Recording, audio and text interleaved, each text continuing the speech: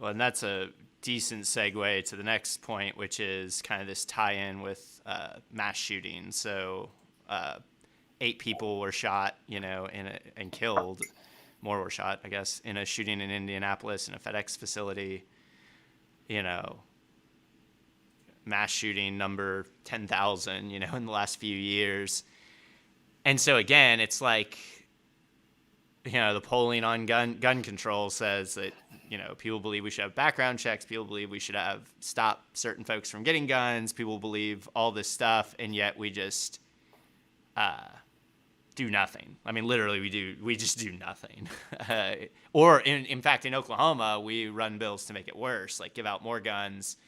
And same with like these anti-protest bills, right? It's like we're not targeting police reform. We're not trying to end qualified immunity. We're not trying to like make them accountable. We're just trying to like tell protesters you can't march in the streets or you can't protest in certain ways.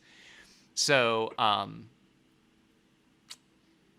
yeah, I mean, we talk about this a lot, but it's like one of those things of like, what does it take to connect it together for folks to say, we got to get off this ride? Because I mean, I kind of agree with this comment on Facebook. The problem with the people is they don't understand how much power we have, so they leave it to our leaders who don't care.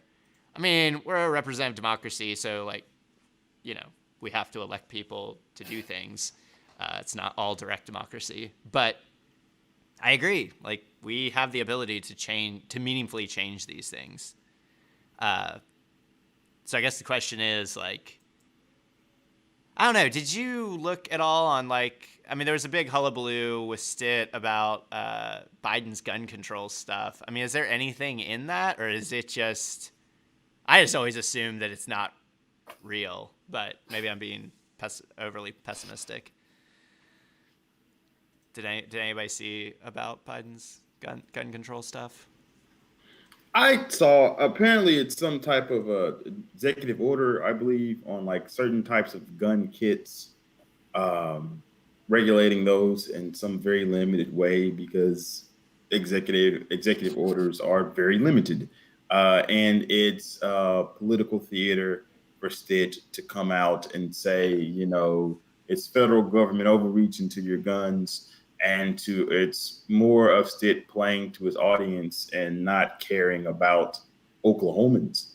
Um, there's two elements to this. There's shootings and there's mass shootings and there's just like gun deaths. And I looked after our conversation last week. I looked at gun deaths, and like 51% is a national average for suicide, and Oklahoma is 59%.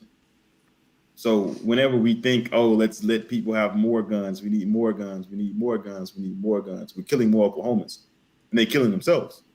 Right. And less mental health, by the way. I mean, our mental health, I don't even want to call it expenditures. Like the $7.36 the states put toward mental health every fucking session is vastly inadequate, right? If you combine that with the many other ways that Stitch and his administration seem hell bent on crushing the soul of average Oklahomans, it leads to more deaths. Um, and so, you said it happened in Indianapolis. Again, that's not by accident.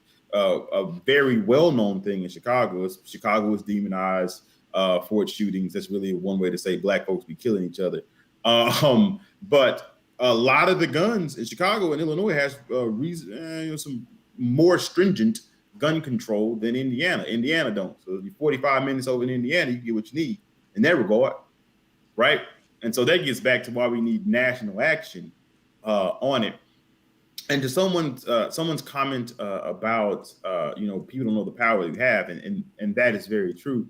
And one of the best quotes I've ever heard is either you are at the table or you're on the menu.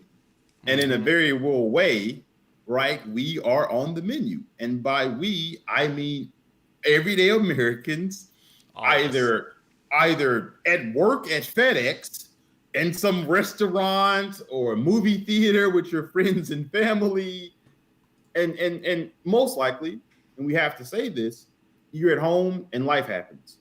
Uh, this country has, by every day, crushes the soul of anyone who isn't a millionaire and billionaire more and more.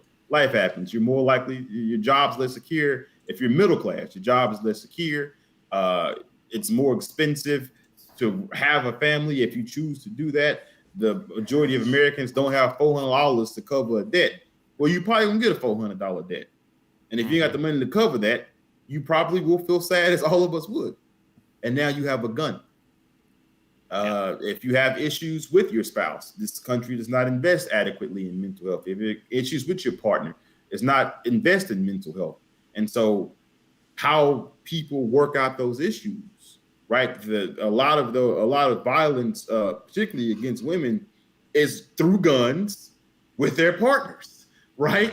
So these issues, all of these things, and they all layer on top of each other. We have all of these issues with America simply not investing in Americans, putting Americans on the menu, and then adding fucking guns.